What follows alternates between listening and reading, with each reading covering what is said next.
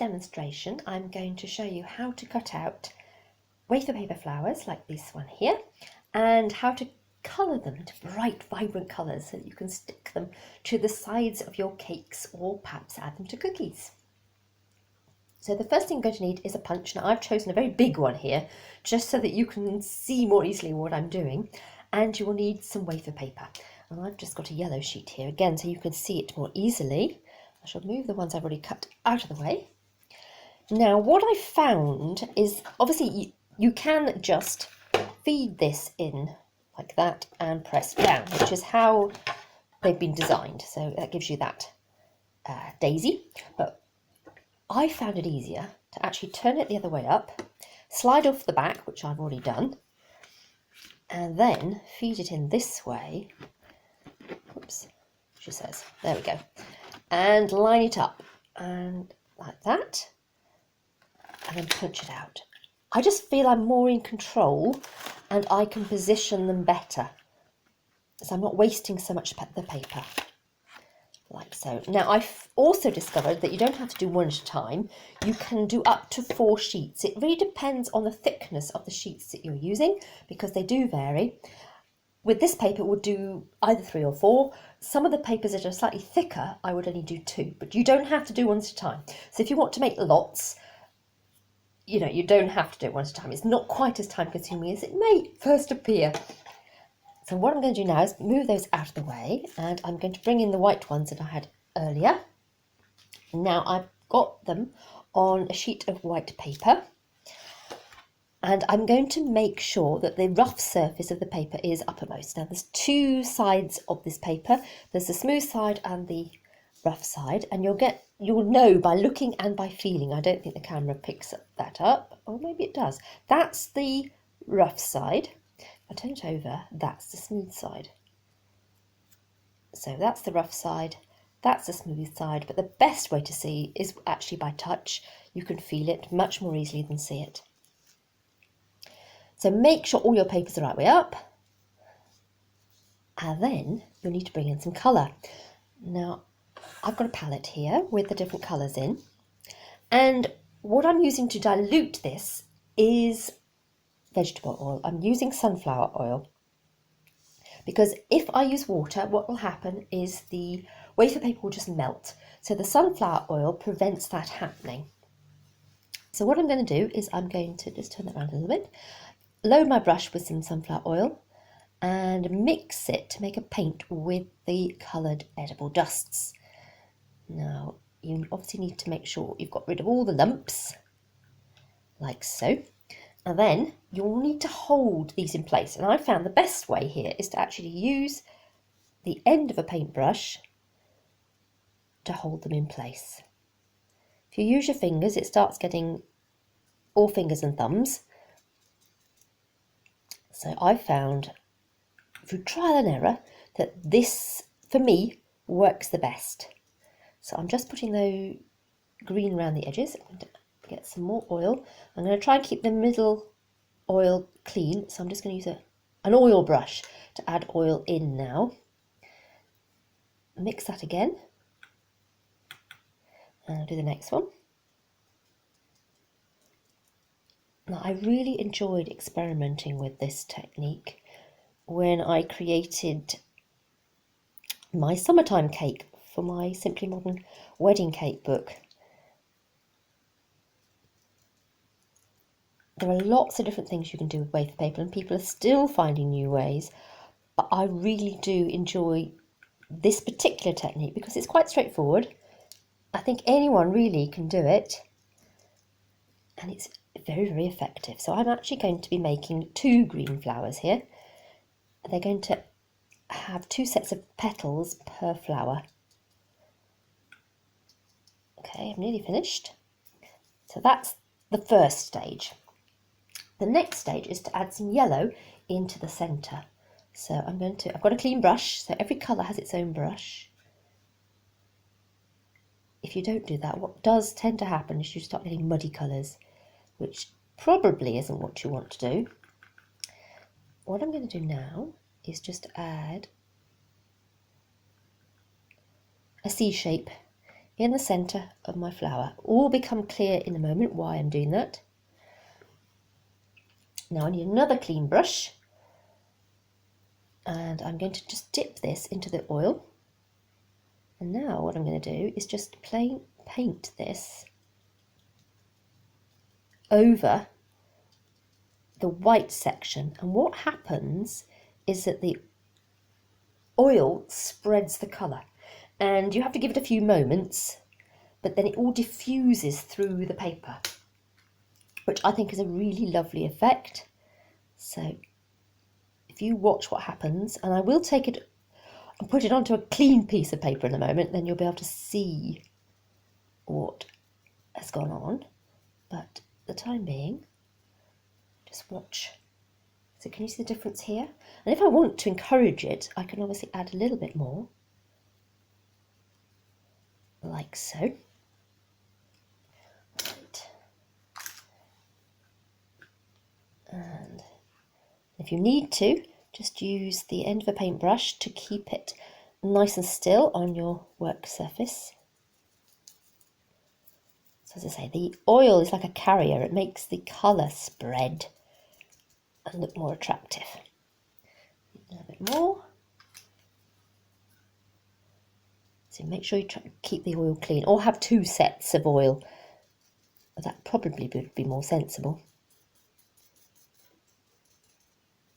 There we go. Like so. Right, the next stage for this particular flower is to mix a little bit of black, although I couldn't find my black, so I'm using a dark violet here. It's the closest I could come to black. And what I'm going to do is just paint a line around here,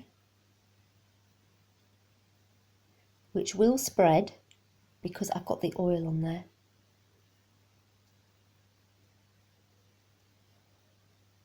Get nice and neat. You want the colour quite dense. You'll see why in a moment. So it's starting to look quite messy, but it's part of the charm. Okay, last one, like so.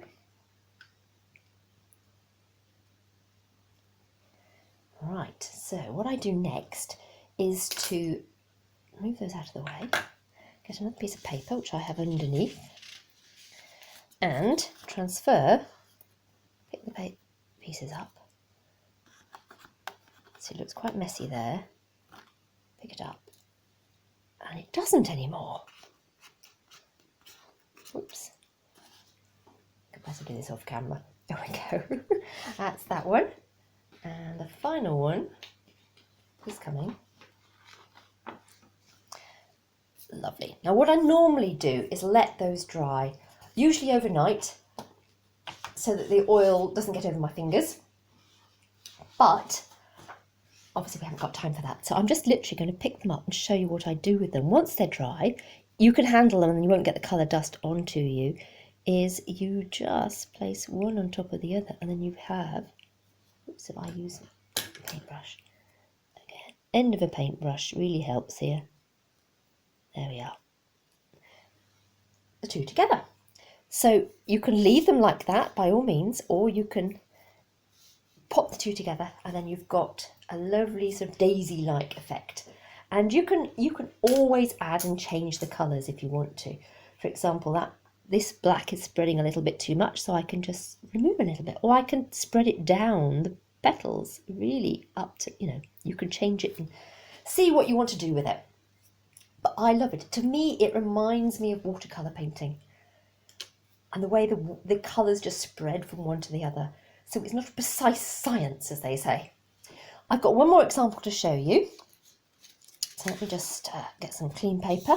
Now this one is these colours, and in the book they have a black centre as well. I couldn't find my black centre, so I've got this little shape here, which will do as an alternative. So with these, I've got dark red around the outside and a yellow in the middle and a bit of orange as well. And I've got these colours on my palette here, so I'll just bring those in so hopefully you can see. So again, I'm going to start with the outside. So I'm going to put some oil in with the red dust, like so. Mix it in so there's no dust. Now I think this is going to be a slightly different red. Again, make sure you've got it the right way around. So not the fine, the smooth side, you want the rough side. And I'm just going to paint around the edges as I thought. It's a slightly different colour, but that doesn't really matter what your colour is. Okay, that's the first one.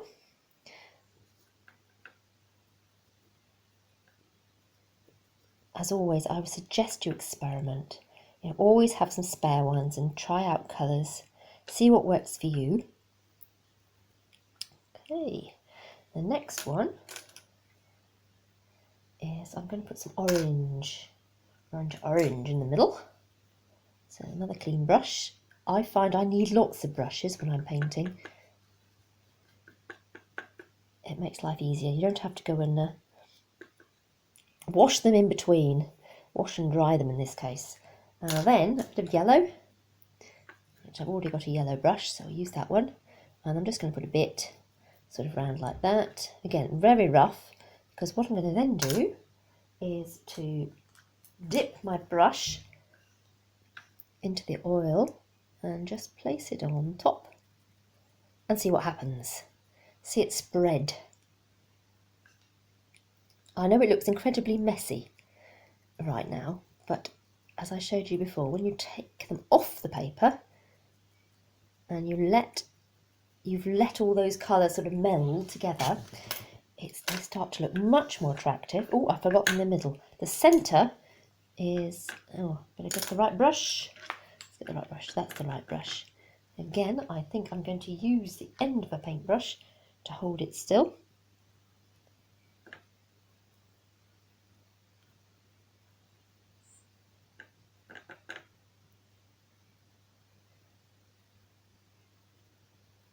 Just adds the colour in, like so, in the centre.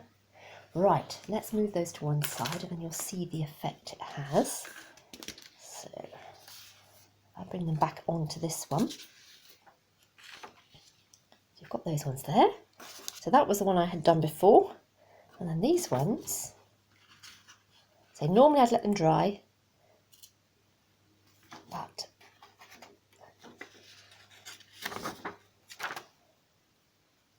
okay, like that.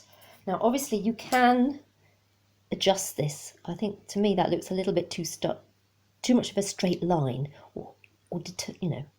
So what I would probably do is add some oil in and make it a more gradual effect, like so. But obviously it's entirely up to you, and you need to experiment to see what works. And then the final part for one of these is just to add a centre. To say it's not the original one that I used, but it'll do. There we are. So I hope that inspires you and shows you what you can do with wafer paper. It's just a different idea. I will pick the camera up and show you, zoom in. So that's that one. It'll focus. There we are. And this one, to say they're still wet. Ideally you would let them dry.